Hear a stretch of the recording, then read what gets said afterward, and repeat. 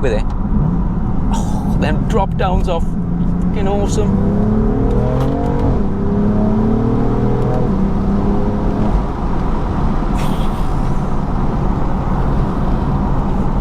Fast, mate, fast.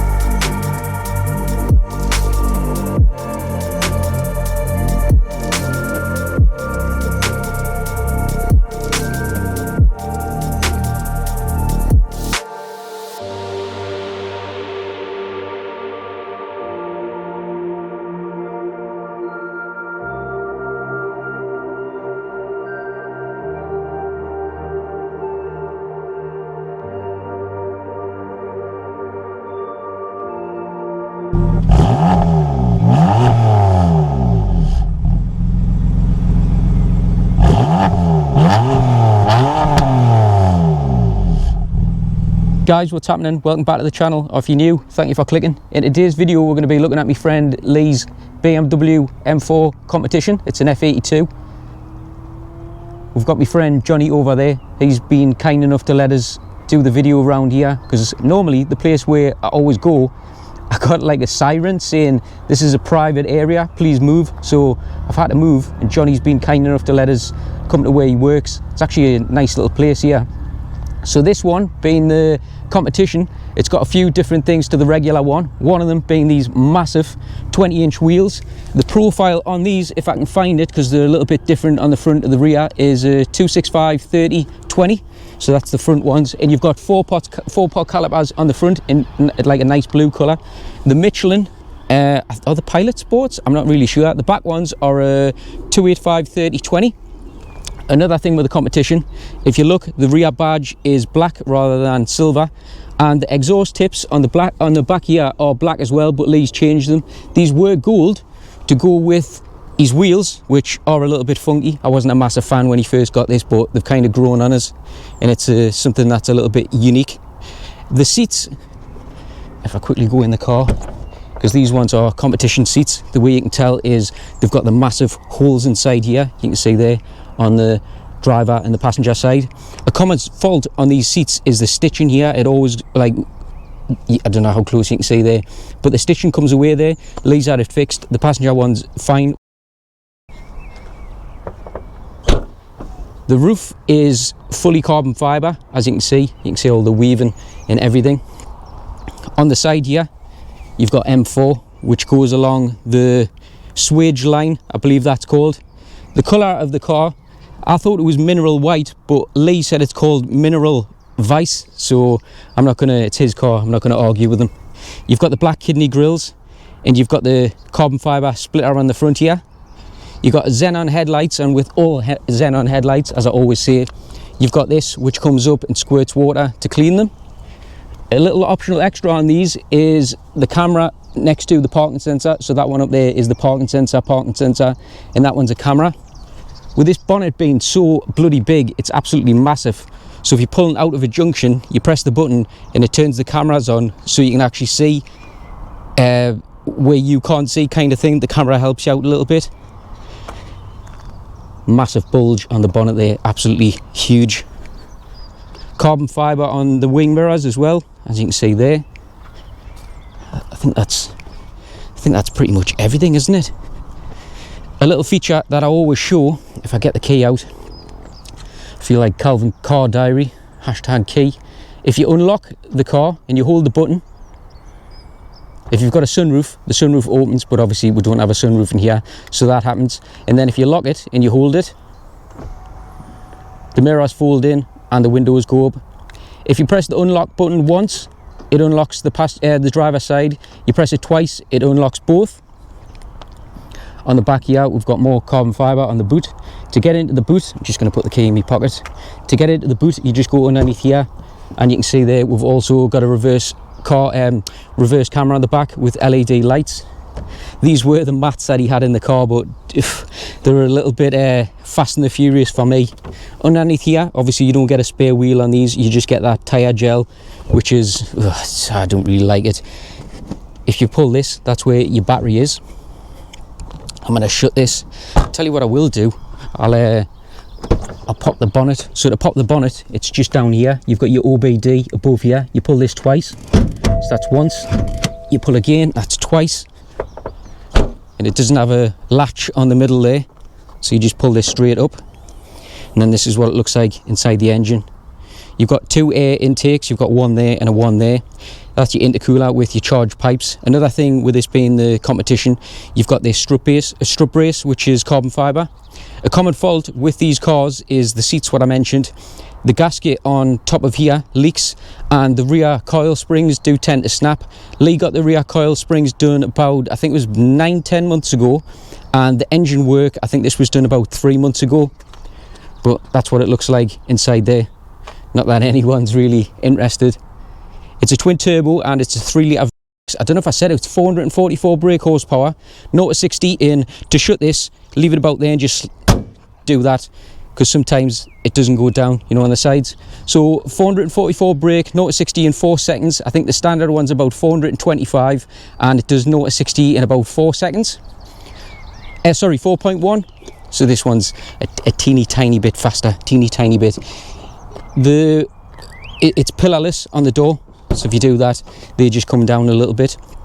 The sound system in this is Harman Kardon, which sounds awesome. On the passenger door card, all you've got is to open the door and therefore your windows. You've got electric seats, but they're not memory seats on this side, and this is what it looks like.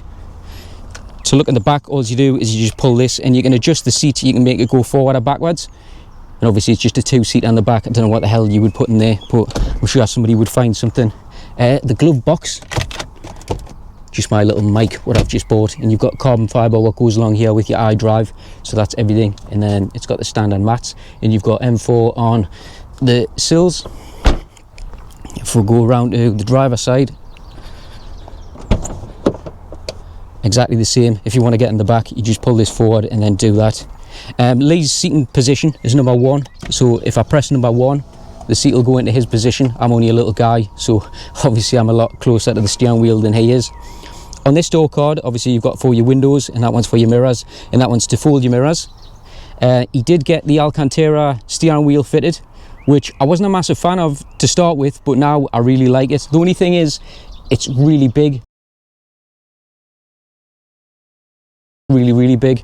Right, I'm going to jump inside the car because I think I've done everything. So I'm just going to pause the video here and then I'm going to jump inside the car. One thing I didn't mention was the petrol cap. To get inside here, all you do is just press that, and there's a little tiny hole on the top here, so all you do is you just turn this anti-clockwise and put that on there, because it's a bit nasty when some people leave them dingly dangling. It can scratch your car and stuff, but just leave it there when you're filling up, and then just put that in here and then lock it, and then there you go, we'll just shut it. Obviously it's an automatic, so it's only got your brake and your accelerator. There's nothing else in here. We've got the standard mats, and then these are your seat settings. So this one makes your backrest go forward and backwards. This one makes the seat go forward and backwards, and it also makes the seat go up and down. So you've got 2 settings. So as I mentioned, Lee's number 1 and then I'm number 2. But that's what these seats look like. The comfortable seats, the only bit that I think is hard is this bit. It's like really hard. On a night time, these glow up, the M. Steering wheel, we'll jump in the car so I can show you a little bit better. These are for your lights, so you can have auto lights, or you can put them on yourself or turn them off. This is the actual clocks itself. You can dim them down or brighten them up, and you've got for your fogs.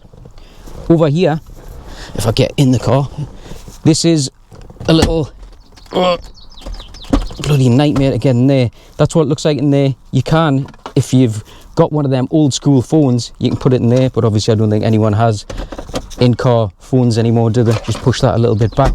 and then put that down. This, when you push it forward, it's really loud with it. And then go back, it's really aggressive. It's a normal handbrake, which I prefer. I'm not a massive fan of electric handbrakes. This is for your iDrive. The way you can tell this is the better one, it's because it's massive. The crappier version is a little bit smaller. The screen here, I believe it's like a 7-inch screen, something like that. Right, sorry about that, I'm back. Johnny was just talking. I think I was mentioning the screen. I think that's like a 7-inch for the iDrive. Another thing, this is a DCT. To be honest, I prefer the one in the 435D. If you did see that previous video, this one is really aggressive. The 435D was a FZ8, I think it was called, and it was a lot nicer. This one like is really aggressive. If you like to drive your car fast and whatnot, this is probably perfect, but I'm a little bit of a Miss Daisy. This button here adjusts for the gear ratio on this, so if you want the revs to go like, it's not the gear ratio, it's actually the revs itself. If you want the revs to go a lot higher, you adjust this, or if you want the gearbox to change a lot more aggressive. You've got this one for your traction control, your exhaust, your suspension, which I've always got in comfort because I think the ride on this is really stiff. This is for your steering. This one is the button that I mentioned on the front bumper for the cameras. This is to turn your parking sensors on and off. You can put 2 cups in there if you want, and in here if you want to charge your phone. I believe there's a USB in here as well, if I'm not mistaken. I'm sure there was a USB. No, I think I'm lying here. I thought there was a USB in there, obviously not. So on here you've got your vents going all the way along. So to do them, you can do that. This is the stupidest thing ever for the warm and the cold. Absolutely stupid. You've got here for your hazards. This one opens both doors. You've got your radio. On your iDrive here, they're the buttons. You've got your media, menu, radio, telephone, nav, your back button, and your options. You've got your air conditioning here and your seats. You've got 3 different settings on the heated seats, and that's the steering wheel. Lee did have a little bit of sweat going around there. Not saying he's a sweaty guy or anything, it's just Alcantara in general like gets sweat into it. So I got some stuff, it's called Auto Finesse Total. You squirt it on a microfiber, just rub it in on this, and then flip the towel over and rub it off, and now the steering wheel looks absolutely brand new and it feels lovely as well. He actually even commented saying steering wheel feels brand new. Over here you've got for your cruise control, and you've got your M1 and your M2. When you do this, you've got your heads-up display. I don't even know if I mentioned it's got heads-up display. That's what it is here. I'll show you that in a second. This is for your volumes and to change your stations. Tell you what, I'm gonna because look how far away I am. I can't even hardly press the pedal. Bear with us a second. I'm gonna pause this and I'm gonna move the seat forward and start the car, because he's got a ghost and I've got to put a code in. Otherwise, actually, you know what? I'm just gonna try my best. Right, there you go. We've started the car. I'm gonna press my number 2. Oh, I'm moving forward. I'm moving forward. I'm moving forward. I'm moving forward. No, that wasn't really the seat. That was just me being stupid. I'm nearly in my position. Nearly. Right, there you go. I'm in my position. So here, to get this into drive, you just knock it to the right. But if you do that, the car conks out because I haven't put the ghost alarm in. So, see there, it's conked out. So I'm going to start it again. Right, let's try this again. Foot on the brake. Start the car. You should see the engine warning light thing flash twice. So if you bear with us, I'm just going to put the code in. There you go, flashes twice. And then now I can drive the car if I want. Over on this side, you've got for your fuel. He's nearly got a full tank. That is your miles per hour. You've got your revs over there and your temperature of the car. If I shut this, on the indicators here, you've got a little button on the top, and that'll just, if you look down here, when I press that button, it'll flick through. So miles per gallon, it's more miles per gallon on this. Is that the temperature? No way, is it 26? Wow, I thought it was warm, but I didn't realize it was that warm. So there you can see we've got 294 miles, and as I mentioned, 19.7 miles per gallon. If I go on here and I press menu and I go down to, I think it's vehicle information, and I go on this one, vehicle status, you can check the pressure of your tires, you can check your engine oil level. If you go to here for your service requirements, these are obviously brake fluid, all that kind of stuff. Service history, if you go into here, you can see there, that's what's backed up all the service history. If you ever see on here 00000, it's been done by a garage, but it's not an official BMW garage. I think that's pretty much everything inside here. He's got a next base dash cam up here. These are your little reading lights and whatnot. Here you've got your light up there and your little mirror. You've got flappy paddles if you do want to change. To get it into reverse, obviously foot on the brake and you just push over here. Yeah, I think I've covered pretty much everything in here. We'll take it for a little drive, and yeah. Right, Johnny was kind enough there to let us use the car park. I'm just going to take it out for a little spin. I did go out for a little spin the other day, but the sun, rule of thumb, I've been watching loads of videos recently of people doing like video editing and stuff like that, and photography and whatnot, and they always say if the camera's like here, never have the sun behind you. And on my video, the sun was behind us. You can see now it's kind of dusky. Oh, did I not put the ghost in because the hazards are flashing? There you go, there you go. So if you open the door with a ghost alarm, the hazards will flash. Oh, that's another thing. Suspension, comfort, straight away in comfort. So last time when I done the video on the 435D, one of the elephants in the room was, why wouldn't you get an M4? So now I've got the M4. Oh God, honestly, driving around here, bump, bump, bump, bump. I couldn't have this as a daily. No way, Jose. I see sun's over there, so I might be getting blinded again. I've put this down, but God knows. So the 435D, I absolutely loved, and if I had to pick, I even asked Lee this the other day. I said, if you had to pick, which one would you pick? And he says the 435D. He says you're getting pretty much the same performance, a lot cheaper insurance, a lot cheaper tax, better miles per gallon, and it's four-wheel drive. He couldn't remember the name of what it was called, and I said it's X-Drive. He was going, oh yeah, because he thought it was the 4MATIC. I think he's thinking it's 4MATIC. It's because he's looking at that many Mercedes.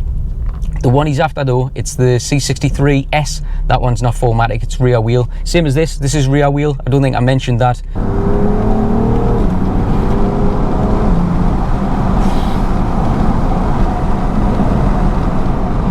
Definitely lose your license in this car, definitely. So the brakes on this, absolutely awesome. As you can obviously imagine, being 4 pots, they're brilliant. The gearbox, as I mentioned, it is really aggressive. Not so much now because the car's a little bit like warmer, but when you first warm it up, it's like ages ago. I don't know if you've seen a video, I've done a Mercedes CLS 63, that was Lee's car as well. When you first started that car up and you drove off, oh my God, the gearbox was so clunky. The seats, as I mentioned, they are comfortable. It's just the actual backrest, that's the thing that I don't think is the most comfortablest. The surround sound, Harman Kardon, sounds mint. I would have let you listen to it, but yeah, it's copyright, not good. The miles per gallon, I had this car the other day and I managed to get it to 19.8, but he's knocked it down again to 19.7. Don't believe it. Out for the drive, I'm trying to think off the top of my head things that I could think about with this car, because I'm not a reviewer. I'm just taking it out for the hell of it, just to mention a few things, to maybe something that people didn't already know. I'll tell you what, I'll put the exhaust on Sport Plus. We're in Sport Plus now. I'm going to put this in manual mode. Oh, them drop downs sound tremendous. And then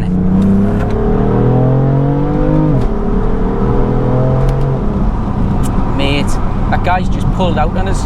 By the way, I'm not speeding. Can we get a pop here? Yeah, we got a pop.